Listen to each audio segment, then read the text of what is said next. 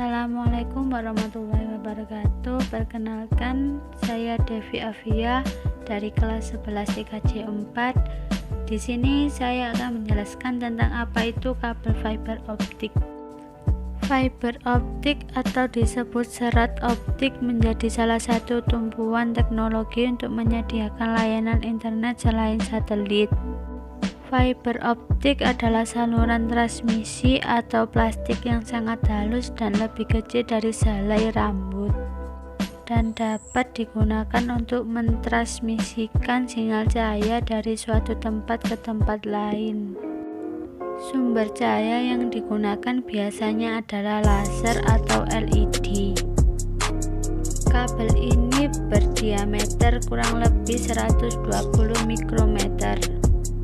Kecepatan transmisi serat optik sangat tinggi sehingga sangat bagus digunakan sebagai saluran komunikasi.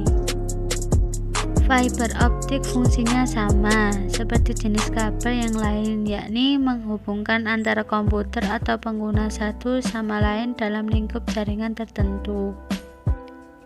Yang menjadi perbedaannya adalah kecepatan akses yang tinggi serta kemampuan transfer data lebih cepat. Dalam kabel fiber optik terdapat kelebihan dan kekurangan. Kelebihannya yaitu yang pertama, jenis kabel fiber optik ini memiliki kemampuan mengantarkan data dengan kapasitas besar serta jarak transmisi yang sangat jauh. Dengan kapasitas gigabyte per detik, maka memberikan kebebasan bagi perusahaan-perusahaan internet dan telepon memiliki bandwidth tinggi. Yang kedua, meskipun memiliki kemampuan yang besar, untuk bentuk dari fisik kabel ini lebih kecil jika dibandingkan dengan jenis lain karena banyak dari serat kaca dan plastik.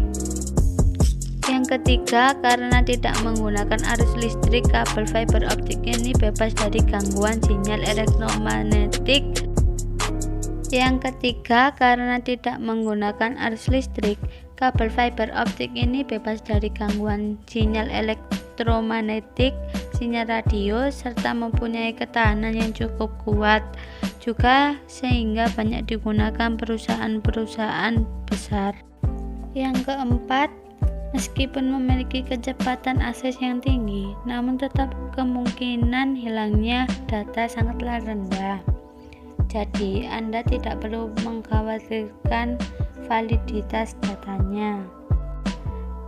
Yang terakhir, karena tidak menggunakan listrik, maka kemungkinan adanya konsleting juga tidak akan terjadi.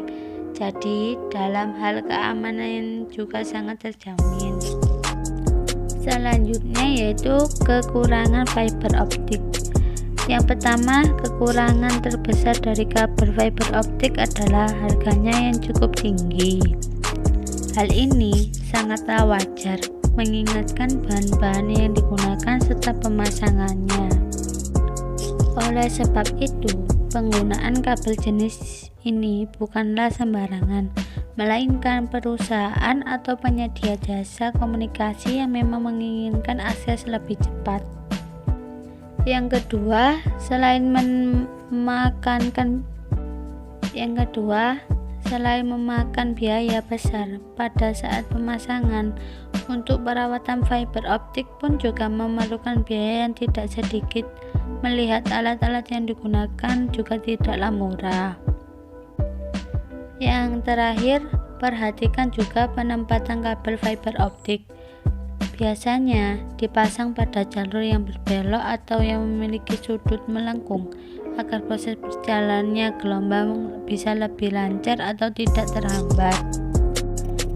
Yang selanjutnya yaitu prinsip kerja fiber optik. Fiber optik secara umum bekerja dengan memanfaatkan sifat cahaya yang unik sehingga memiliki kecepatan transfer data yang sangat tinggi dan juga dapat dibelokkan atau disebut juga sebagai refleksi internal total. Apa itu refleksi internal total? Refleksi internal total merupakan suatu fenomena optik yang terjadi jika cahaya mengenai perbatasan antara dua medium dengan sudut lebih besar dari sudut kritis yang diukur secara normal terdapat di permukaan. Refleksi internal total merupakan suatu fenomena optik yang terjadi jika cahaya mengenai perbatasan antara dua medium dengan sudut lebih besar dari sudut kritis yang diukur secara normal terhadap permukaan. Fenomena ini hanya dapat terjadi jika cahaya merambat dari medium dengan indeks bias yang lebih besar menuju medium dengan indeks bias yang lebih kecil. Contohnya, cahaya yang merambat dari air ke udara. Selanjutnya yaitu jenis kabel fiber optik. Kabel fiber optik terbagi menjadi dua bagian, yaitu fiber optik single mode dan fiber optik multimode. Fiber optik single mode memiliki ukuran inti diameter core sebesar 9 mikrometer dan mampu melakukan transmisi cahaya secara tunggal. Keunggulan kabel fiber optik single mode terletak dari aspek jangkauannya yang cukup luas. Kabel jenis ini bahkan dapat mentransmisi cahaya hingga jarak mencapai 100 km. Sementara itu, kabel fiber optik multimode unggul dari segi kecepatan transmisi bandwidth yang diantarkan.